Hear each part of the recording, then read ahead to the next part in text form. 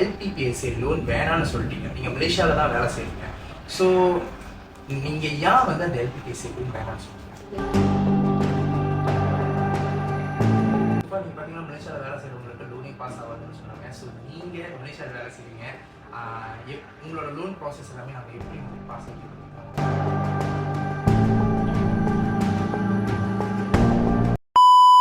எல்டிபிஎஸ்ஏ loan வேணான்னு சொல்லிட்டீங்க. நீங்கள் மலேசியாவில் தான் வேலை செய்றீங்க.